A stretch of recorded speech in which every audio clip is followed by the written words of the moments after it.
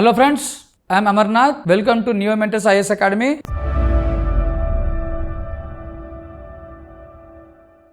In this session, we will talk about the first Minnowbrook conference. The importance of this Minnowbrook conference is it led to emergence of a new philosophy within public administration, a new discourse within public administration, that is new public administration. It led to emergence of new public administration, shortly called as NPA, a conference that was chaired by Dwight Waldo. A conference that was chaired by Dwight Waldo. Alright. If you take the reasons for the emergence of Minnowbrook conference, the main reasons for the emergence of this, the main reason for having this conference is the ongoing, that is the contemporary problems of American society. Remember, so NPA has emerged out of contemporary problems of American society, particularly the challenges faced, the problems faced by American society in 1960s. So remember, 1960s is regarded as one of the turbulent times of American society. It is regarded as a turbulent times of American society. So why it is called as turbulent times? So what is the reason for this turbulence in America? Alright. So if you take these reasons, one is America's involvement in Vietnam War, and we know what happened in this Vietnam War. Alright. So the American government has totally failed in controlling communism. Remember, always there is psychological behavior, or we can call it as attitude, a psychological attitude of America to control communism.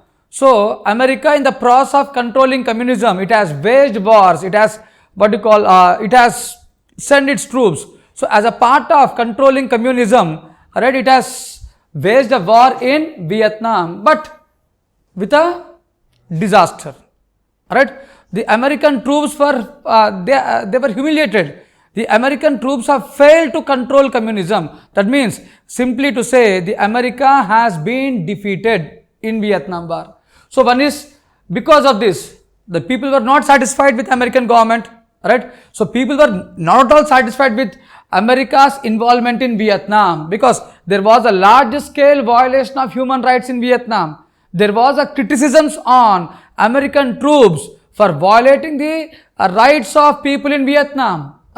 This is one thing. Population, unemployment, growing unemployment, and most of all these problems is it is the kind of racial discrimination.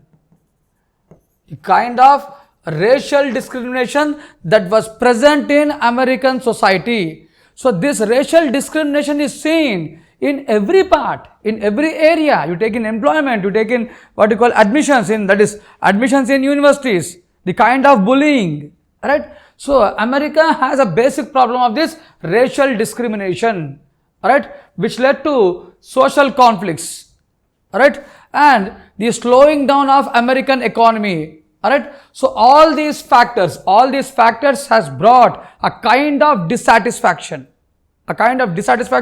in entire American societies in general, and this dissatisfaction was more among the scholars of public administration.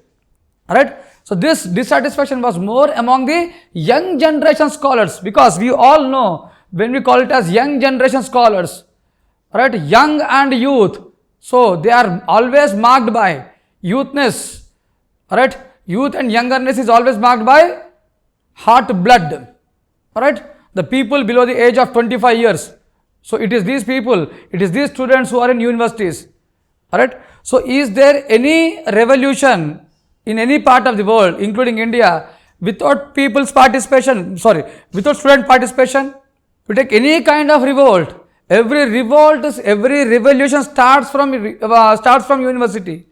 Every revolution starts from what you call students of university. Already we have seen this in our history part. If you have if you can recollect the history, the revolutionary activities in India during freedom struggle, what happened?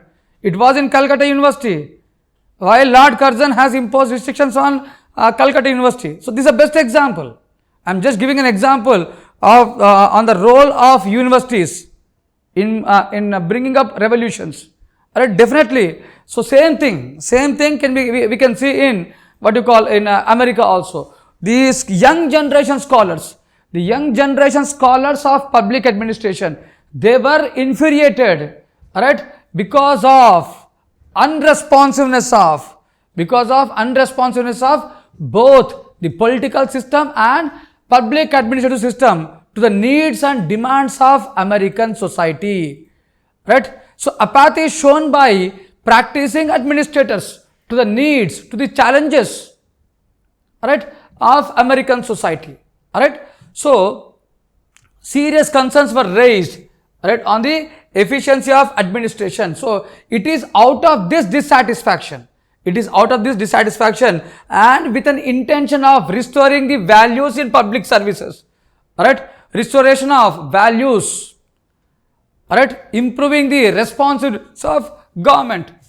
It is with this idea, it is with these goals, right, the young generation scholars of public administration who met in Syracuse University under the aegis of Dwight Waldo, under the guidance of Dwight Waldo, alright, they have brought a new concept called as new public administration. So it was in this Minnowbrook conference, alright, in Syracuse University, alright, the concept of new public administration was emerged, alright.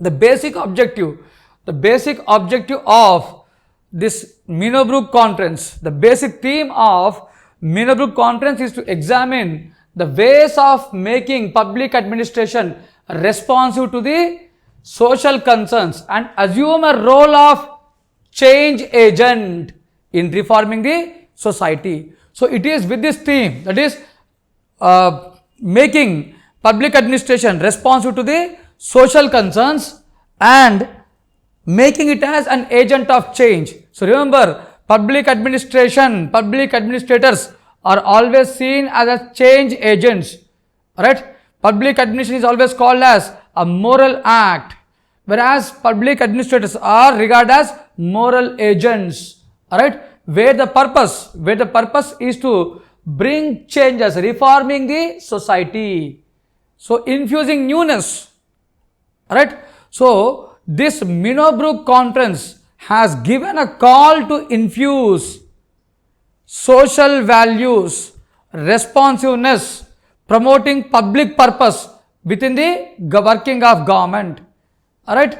So if you take, alright, some of the important concerns, right, if you take some of the important concerns of Minnowbrook conference is, alright, increasing the public policy approach, increasing or using a public policy approach to make government more effective, that is to increase the quality, to increase the effectiveness in the working of government, right. So this is one thing. So along with efficiency and economy in implementation, right, the scholars of NPA, right, the proponents of NPA, they have given, right, social equity as one of the key objectives. So we are not discarding efficiency and economy or effectiveness.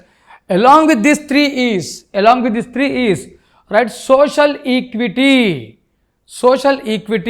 values in public administration are given equal importance, alright. So, alright, earlier if you take traditional public administration, alright, traditional public administrators, they are normally seen as, right, policy implementers, they are just seen as an implementers. But remember, this notion is no longer valid, it is no longer valid. So along with this, right, public administration and public administrators, they are always seen as a public servants. They are always seen as institution. Public administration is seen as an institution to deliver public services. When we are delivering services, so what are required for public administrations? What is required in public administration and what are for public administrators? That is, right, along with these three E's, ethics, honesty, responsibility, should be there in providing public services, right? So provision of public services will hold good. Provision of public services will be effective when they are coupled with honesty and responsibility. Alright, so responsive government is not it is not just about promoting growth, right? It is about bringing change, right? So responsive government is that government. Responsive government is that government that promotes both growth as well as change. Both are equally important. Both are equally important. So this Minnowbrook conference has highlighted the importance of citizenry participation, active participation of citizens, right? So which is an important element of public administration, right? So, and in this process, right, the scholars of new public administration, they have challenged the traditional concept of hierarchy, right? They have criticized. So they were critical of traditional concept of hierarchy, alright. So hierarchy is less important when compared to responsiveness to the society. That is, responsiveness of administration is more important than following the hierarchy. So normally we have this, to whom a public administrator should be responsive, either to the superiors or to the society. Ultimately, ultimate responsibility, ultimate accountability and responsibility, it should be towards society and to the downtrodden, weaker sections, deprived sections of the society. So these are the major concerns. These are the major concerns raised in the Minnowbrook conference, right? Which has revolutionized entire public administration. So Minnowbrook conference. So Minnowbrook conference has brought a revolutionary change both in theory as well as practice of public administration. So this is about the first Minnowbrook conference. Similarly, alright, exactly after 20 years, in 1988, we had second Minnowbrook conference. So we'll discuss this in the next video.